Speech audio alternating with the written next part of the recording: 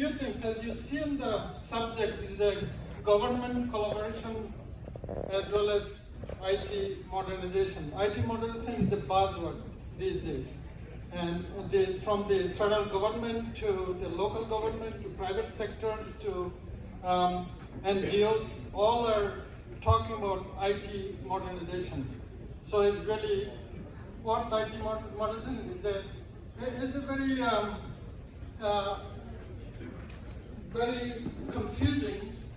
We have digital transformation, injecting digital transformation technology in the modernization, and how do we handle it? So we have infrastructure, we have distributed computing, we have all cyber security. These are all part of IT modernization, like digital transformation. So think about transformation and technology. So the infrastructure upgrade, collaboration, as well as the upskilling, reskilling things. So these are two of the thoughts with that. And also I'd like to share that New York City is over 9 million citizens, over 4 million workforce that they are commuting. Over 400,000 coming from New Jersey, where I'm from, as well as over 200 languages. So it's the diversified workforce, cities and agencies, and heard Mr. Fraser they've been doing a great job comparing other agencies globally. With that, I would like to just introduce themselves starting from Cindy Cohen from KPMG, to take 2 minutes about yourself and as well as your company, what your role, and go, Cindy. Thank you. I like going first. Can you guys hear me? Hi, my name is Cindy Cohen. I'm a principal in our KPMG New York City office in our health and government group. I have spent the last almost 20 years working with the city, helping them modernize and transform across policy, technology, organizational change, etc. A real focus on health and human services, but really have crossed the gamut. Have a real passion for helping governments really understand what their challenges are from a business perspective. Technology is supposed to be an enabler, not necessarily an answer. So, making sure that we're always keeping at the forefront, what's the business challenge we're trying to tackle, and then how can technology support that? Wonderful. Step there, I'd like to ask you a question so we can be very time effective. So I wrote down questions for you. As a leader for a large organization like KPMG, what do you see the government collaboration and also your OKR, KPI, and compared to and how you provide that kind of leadership within the organization? Ripping the Band-Aid off. I wasn't expecting to go first. So I think we saw really great things happen during the pandemic with modernization because we had to, and I think we want to all try and capitalize on that momentum. So I put out sort of three thoughts to highlight to keep in mind as sort of leaders and innovators are taking this next round of change. Separate and accountable change ownership, executive buy-in, and strategic procurement. So sort of the details of that is first, make innovation a priority. Creating a group or an office, such as like a transformation office, that's separate and apart from the agency's operations arms, IT, technology, budget. It gives them the sort of attention and structure that's needed in order to accomplish modernization. I've seen this successful at both an agency level as well as like the city level, where a transformative initiative really has sort of some structure, the project charters, governance structures, budget contracting knowledge, and above all, sort of executive leadership and buy-in to make the change happen. This is where your regular risk reporting, steering committees, outcome models are in place. So they're asking themselves, like, what are the goals I'm trying to achieve? What are the metrics I need to measure that goal? Does this conflict with anything else I got going on at the agency? It takes time to set this up. It takes care of feeding. This is not a set it and forget it type of activity. You really do need to continue to monitor, what is happening, and are you able to make that change? There's a couple different models that work there. These are not a one-size-fits-all. Like I said, it's not set it and forget it. It's really sort of making sure that you understand what your goals are, and then how are you monitoring them, and to make sure that modernization does happen. The second thing is prioritizing collaboration and transparency. So spend time setting the foundation, like I mentioned before. The more vendors and agencies that are involved, the more sort of governance needs to come in play. And governance is a word that we often throw around. It often boils down to a steering committee meeting. It needs to be more than that. It needs to be, open and transparent reporting, identification of the issues, tackling them sort of head on. In the pandemic, gosh, I already forgot the word, pandemic, we saw a lot of things happen very quickly. And so, there was no time to scrub risk registers or executive steering committee meetings. We had to deal with things very quickly, open, honestly, and tackle those issues. We had leaders in the trenches, with all the staff to try and get things done. So I think that open and collaborative nature and things that were actually forced upon us really helped accomplish some really amazing modernization techniques in the beginning throughout the pandemic. Wonderful. No, this is collaboration as well as the sharing these resources, and that will upgrade the KPI of this organization with the great leadership. Exactly. With that, I'd like to go to Joe, similar type Falcon from Stealth Communications. Thanks for participating. Joe, introduce yourself as well as then I'll ask you a quick question. We try to, with the interest of time, we try to stay within 2 minutes introduction of the question, then we'll have a Q&A for 10 minutes. Go ahead, thank you. I'll speak fast. I'm Joe Plotkin with Stealth Communications. Stealth is a independently owned fiber last mile provider here in New York City, serving the business and government communities, a lot of institutions, a lot of schools, that sort of thing. We don't really do residential connectivity. Stealth has been in business since 1995, and we've built our own fiber network here in New York over the last 10 years. We've been laying our own fiber since, that would be 2013. As for myself, I'm also a native New Yorker, born, raised in Rego Park, Queens. Don't want the CTO to be the only native New Yorker in the room. And I've been in the ISP business also since the late 90s, trying to get everybody more connected to broadband. And as we've seen, it's an underlying necessity for everything that you want to run on top of it. And we have, infrastructure is a hard thing for people to wrap their head around sometimes, but you become aware of it when it's a problem, as we've seen with a number of things in our country. So that's what we do. As I like to say, infrastructure is not an app. It's hard, it's expensive, it's slow to build. We build our own fiber network, and we've done it, and so we provide it, because we have our own fiber, we can provide it on a differentiated basis in terms of how we connect, and we can also provide attributes that other providers can't provide. Wonderful. So what are the challenges you face in today's Stealth to provide the last mile fiber access? That's what you've been doing. And what are the next plan for the citizens? And CTO Mr. Fraser said is very much their mission is to serve underserved community or unserved community. So you have any alignment with this? If your thoughts would be greatly appreciated. So I'll start with that last part and work back. So the way we work with on the residential side, we don't service residential ourselves, but we work with a number of managed service providers who may go into public or mid-level income housing to wire up the different apartments and sell through to each individual resident, and then they buy a big pipe from us that we bring into the basement, and then whether it's 1 gig, 2 gig, 10 gig, whatever they need, we can just bring in more fiber to increase the bandwidth.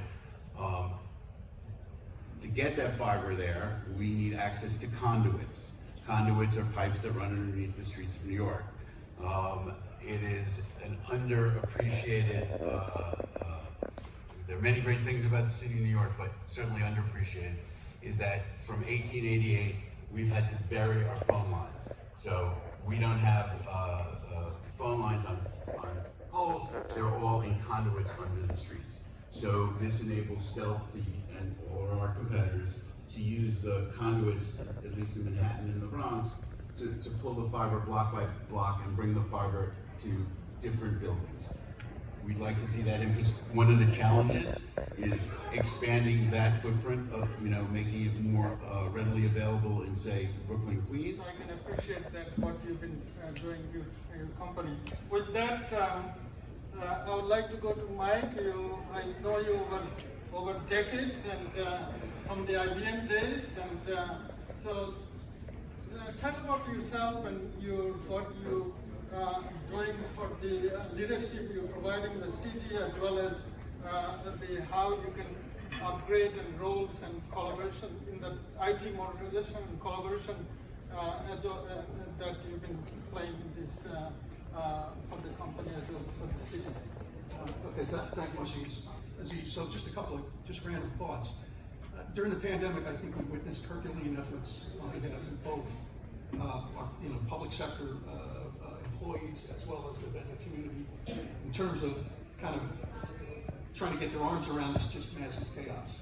And we saw absolute moments of brilliance, whether it was the deployment of devices, the build up of networks, the standing up of applications for vaccine management, contact tracing, and the like. And on the flip side of that, we also saw some massive failures as a consequence of not making necessary investments in enterprise systems. Right? We have to look at the process today. Many government systems were built for agency purposes, not necessarily with the citizen in mind. So we have to flip that. We have to think about the citizen and build back in. And so that's number one. The second piece of it is, well, the business process transformation is a big piece of it, and we're friends from KPMG and others in the room here do that. But we also have to look at simplification. Most people, CTO Fraser acknowledged it, right? When I hit the the NYC.gov website, it's frustrating. So we need to get to a place where we're simplifying the process to the lowest common denominator. So in terms of recommendations, I think we need to start with this notion of start with the citizen, build back in. Number two, I think agencies and organizations would be well served to take a look at the talent that they have within the organization itself and make sure they don't have these big, voids. For example, the cobalt void, right? We've moved in a great direction. I think agencies would be well served taking a look at how are they spending their money. Most organizations spend 70 to 80% of their budget maintaining legacy systems as opposed to doing innovation and modernization. So look at that, and you got to flip that ratio. Again, talent I think is important. I think adopt a cloud-first strategy, right? That many agencies had already started that digital transformation before the pandemic. Some of it was accelerated during that, but that should be a critical part of the application modernization kind of strategy that you deploy.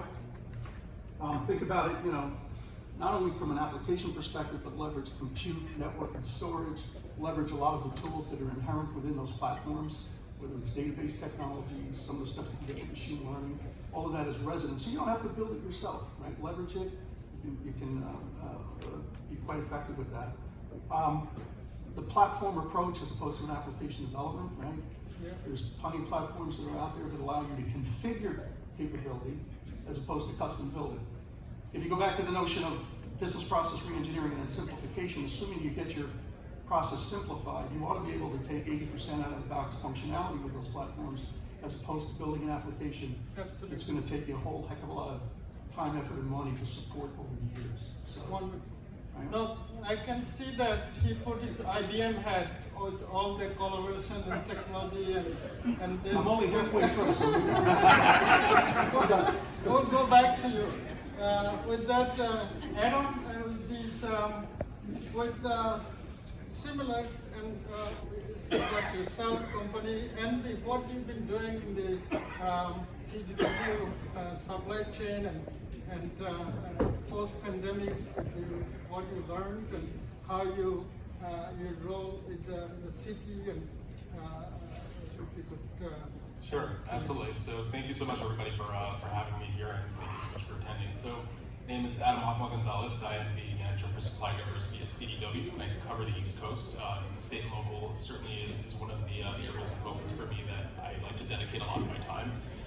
So I think I might be in somewhat of a unique position relative to some of my fellow panelists in that I do have a background in city government as well. So I've sat on both sides of the fence in terms of working and purchasing and also being a vendor to the city. And not just any vendor, CDW happens to have one of the citywide IT contracts. It's one of the larger contracts that the city leverages to making sure that not only our students have the technology that they need to succeed, our government agencies have the technology that they need to be able to operate, but also delivering on services and goods all across just about in every fashion you can think of when you think of IT. So I've been in supplier diversity for close to about 7 years now in terms of a combination between CDW and my background in the public sector. Part of what I did at the Department of Education, I started in procurement there, but then made a very deliberate switch to working on the MWBE team. With this, about yourself and role and back, and also your the city, how you see the collaboration and with the other cities, the city of Fraser said in the intercity or intra-city collaboration and the leadership, what you learned from the pandemic and post-pandemic, and if you could share some knowledge with us.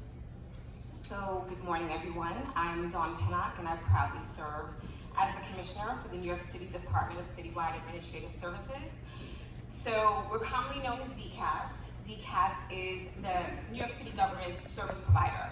So, CTO Fraser is actually one of my clients. So, essentially, my team is responsible for providing services around human resources, procurement. I see Adam here. Hello, Adam. He used to head up my procurement team before Capellino stole him. I'm sorry. But we also handle leasing, real estate, some construction and technical services. So I'm sure you get where I'm going with this. Pretty much, we are responsible for making sure that government works for all New Yorkers because our clients generally provide direct services to New Yorkers. So in terms of lessons learned from the pandemic, there are many, and I know that I'm short on time, so I'm also a native New Yorker, so I'll try to be brief. I've worked for the city for over 20 years, and I have to tell you, working through a pandemic, it was frightening. Sometimes it was lonely, because we work at a service agency where every agency was looking for the answer. So as we were trying to think about how to really revamp our customer service model, I have to tell you, our first attempts were epic fails. Just because we immediately thought this was the service we provided, and then this is the technology, so this is how we're going to roll it out. We actually had to take some steps backward and to do a lot of what I believe Mike had mentioned. We really had to think about how we wanted our customers to feel. So some of the things that we did, we journey mapped, we talked about historical handoffs and sign-offs that just weren't necessary anymore. We consolidated customer service windows. In some cases, if you were to come to our building, there may be 4 service windows because there were different tasks people performed, but we had to cross-train people to ensure that when you called us once, we could answer all of your questions, but you still had the name of someone, you had a contact person, but you also had an opportunity to give us feedback. So with most of our services, we use technology to create surveys, so we can always know how we were doing. Another thing that we decided to do was thinking about reinvestment. Listen, I'm not ashamed to say it. I've worked for the city for a long time. We still have some mainframe systems. I know that's in the same, ballpark as when we're talking about the other systems on the panel. But the fact is, we do spend a lot of our money. We had many epic fails in that regard, and we want to take all those lessons to directly inform our clients' experience through technology. Thank you. Wonderful. This is so. Hold your thought. Over 50% of the workforce now working in the blended approach, like a hybrid, and skill shortage. Cyber security, cyber threat is number one. It has no borders, virtual, from the bad actors to inside out, mostly from outside in. So hold your thoughts on that. Skills, reskilling is very critical. That is coming. It's over 65% of elementary schoolgoers will have completely new jobs, and over 50% of the workers, like workforce, will have the completely new skills in a matter of years. We don't know what's going to happen in 3 to 5 years with all the AI and injection of machine language and robotics and everything. Is very hard to predict. When I was in AT&T, we had a 10 years roadmap. Now we don't know what's going to happen in 10 years. So hold your thought. We're going to have a Q&A, and then skills, reskillings, and how we handle it. With that, David, same to you, and introduce yourself and T-Mobile, how you really playing the role with other big guys and AT&T and Verizon, and they have the exclusive zone, and how T-Mobile is really your plan and strategy. Thank you. Aziz, thank you, and it's great to be here. In fact, I almost said I got out of this panel when Aziz sat here, and I thought this is fantastic, and then Aziz moved up there and I had to come up. But my name is David Bezant. I oversee T-Mobile's U.S. division of public sector, or our government sector. And I feel like I'm a transplant to New York by Delta Airlines, but I do live out west in Park City, Utah, and I feel the energy of the city every single time that I'm here. And just want to thank all of you who are here locally in New York for your investment. I'm also part of the only team that clapped for ourselves for the sponsorship, so great job to the group. The rest of you put up some big bucks, you should pat yourselves on the back to be here, but it's a great venue. You mentioned, how do we compete with Verizon and AT&T? They are great companies. You think about AT&T. I grew up with the AT&T logo on my phone, like literally on the wall. Our phone was yellow with a big long cord that my sister had access to. Originally growing up, and Verizon, being a conglomerate of 13 communications companies that have come together and has really been a leader in rural connectivity throughout the U.S. and has done a really nice job. At T-Mobile US, we are now the 800-pound gorilla. This year we were rated by Barron's and other financial institutions as the most valuable communications company in the world, with a market cap value of $190 billion.